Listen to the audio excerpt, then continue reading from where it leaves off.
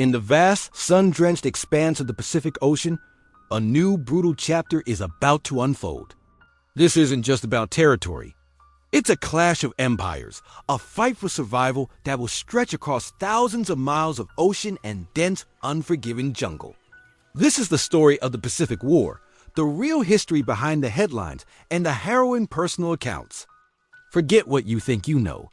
We're going beyond the maps and statistics to understand the human cost and strategic genius that defined this monumental conflict.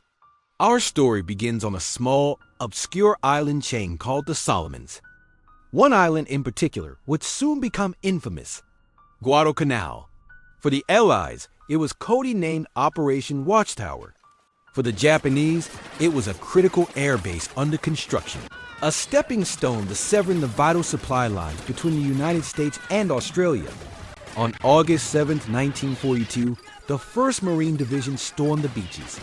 They met little initial resistance, quickly capturing the airfield and renaming it Henderson Field. The real fight was just beginning. The Japanese high command was stunned.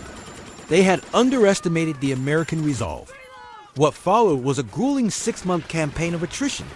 This wasn't a war of grand naval battles fought on the open sea, not at first. It was a desperate close-quarters struggle in the mud, heat, and disease-ridden jungles of Guadalcanal. Control of Henderson Field was everything. By day, American aircraft, the Cactus Air Force, would dominate the skies. But by night, the Tokyo Express fast Japanese destroyers would race down the channel, known as the Slot, to land reinforcements and shell marine positions. The nights were filled with terror.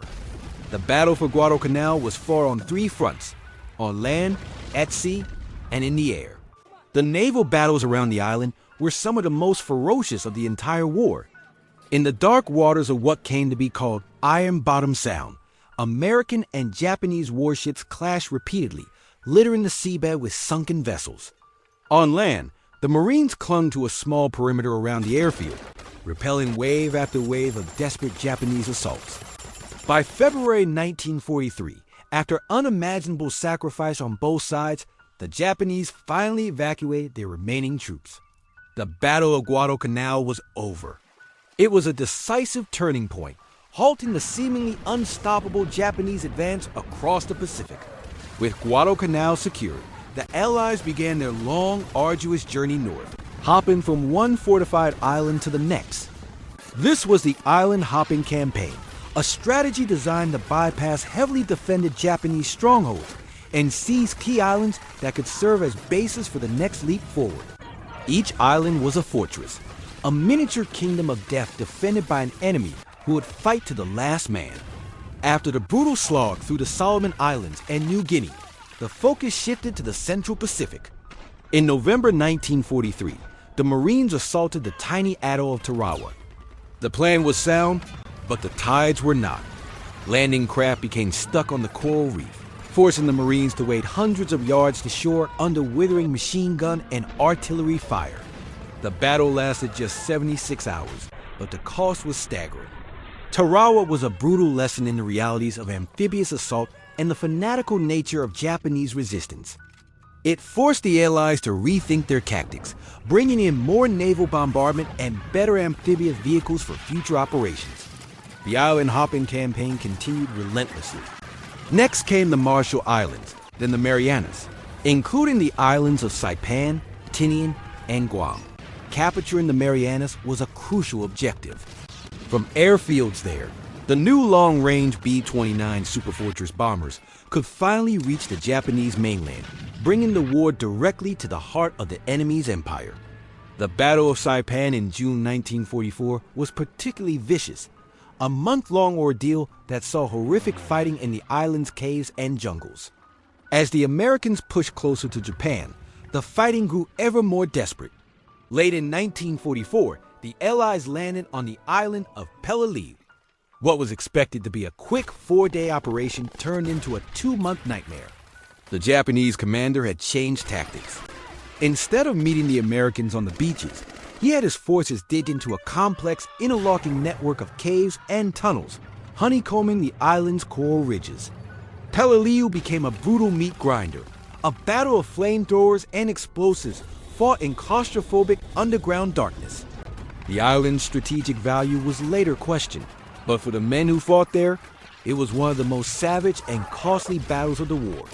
The final stepping stones to Japan were Iwo Jima and Okinawa.